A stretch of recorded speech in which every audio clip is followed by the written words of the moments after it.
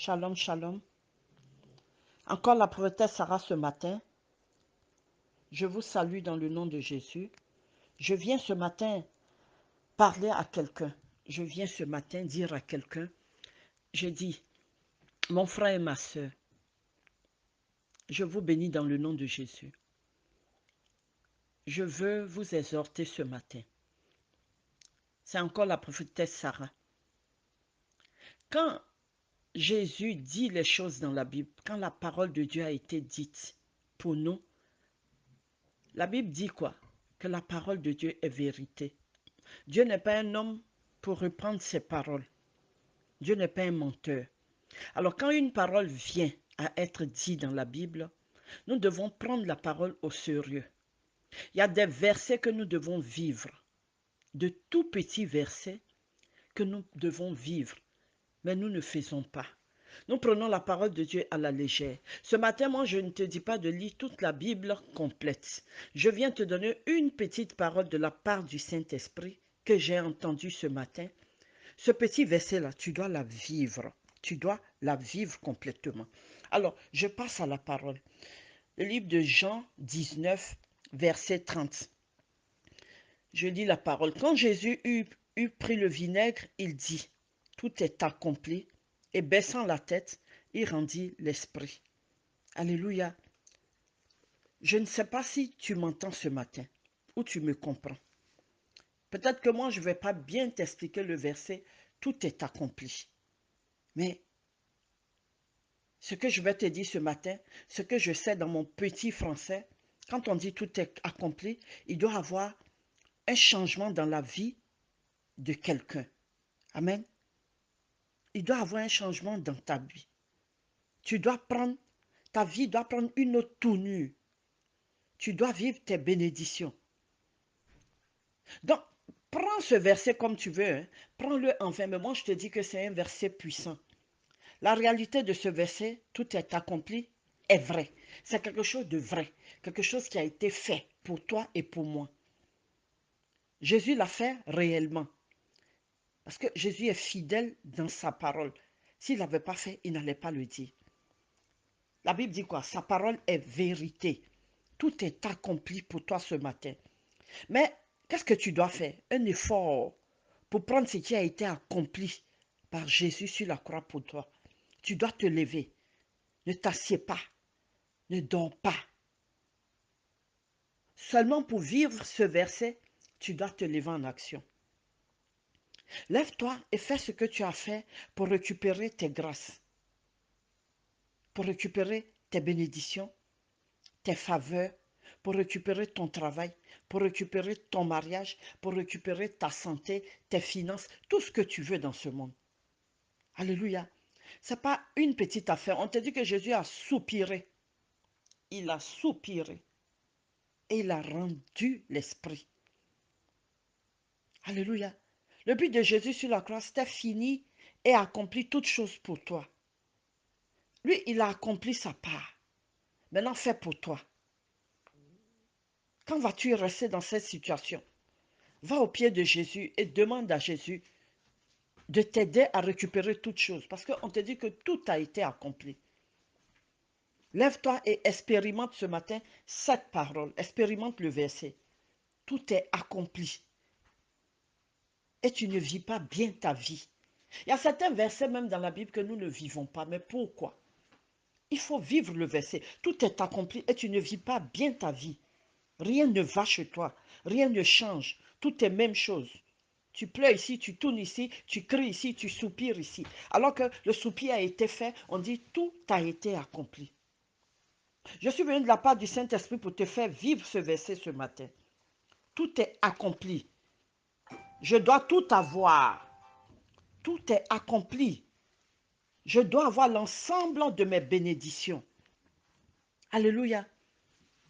Donc, si Dieu même qui t'a créé ne tient pas ta vie, donc qui est Dieu en ce moment pour tenir ta vie, pour te mettre dans cette situation déplorable? Alléluia. Qui peut te mettre dans une humiliation telle que ça? Qui peut mettre la malédiction et la manquance en toi quand Jésus dit que tout est accompli? Alléluia. Regarde la souffrance que tu vis. Ça te plaît? Regarde ta condition de vie. Lève-toi ce matin et vis ce verset. Il est tout petit. Hein. Tout est accompli. Alléluia. Est-ce normal? Même Dieu qui t'a créé ne veut pas cette vie pour toi. Donc lève-toi ce matin. Dieu, ce que je vais te dire, Dieu a déposé en chacun de nous un dépôt de foi. Tous nous en avons. Donc lève-toi et utilise la foi que tu as pour sortir de cette situation. Parce que le Dieu qui est assis au ciel, le Jésus qui est assis à la droite du Dieu le Père, n'a jamais voulu du mal pour ses enfants. Dieu a créé toi l'homme. Dieu t'aime. Il a formé un plan de quoi? De grâce, d'amour et de bonheur pour toi. Dieu aime l'homme. Et pourquoi?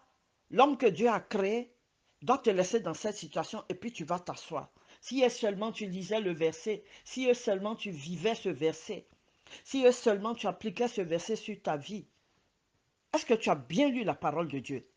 Alléluia. Il faut que tu lises bien la parole de Dieu. Si le verset que tu as lu est en conformité avec ce que dit la Bible, tu ne dois pas t'asseoir.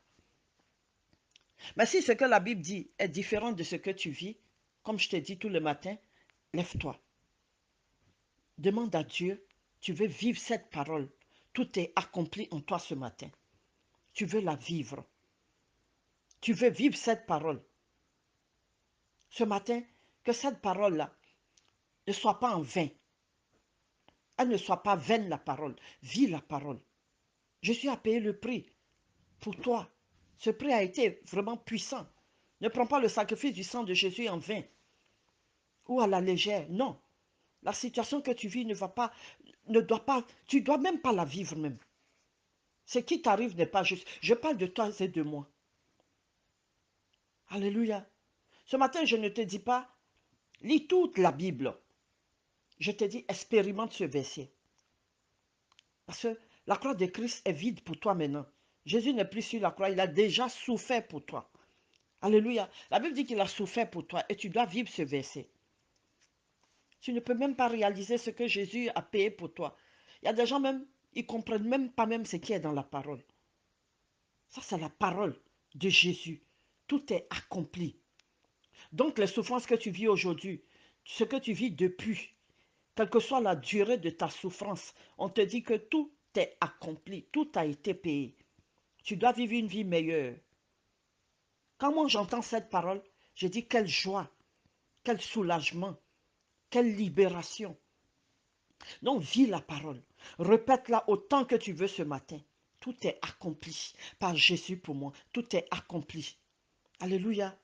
Tout est accompli. Je dois recevoir ma guérison. Tout est accompli. Alléluia. Et tu es là, assis, tu ne fais rien.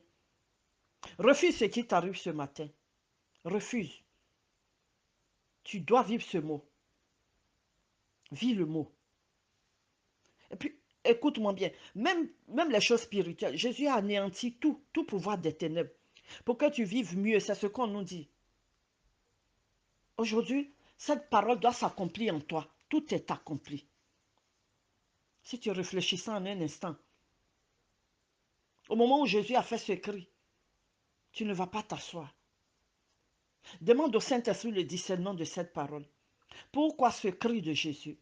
Pourquoi seulement cette petite parole? Tout est accompli. C'est une phrase très importante. Donc pour toi, ne la néglige pas.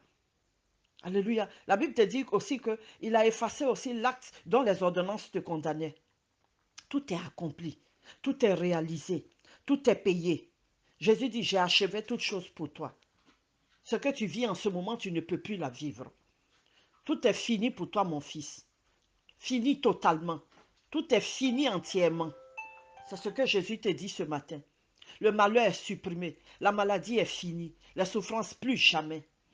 Tout ce qu'il devait faire pour toi et moi a été accompli. Vis ce verset ce matin. Vis-le. Vis cette parole. Parce que cette parole, tout est accompli, te donne accès à tout.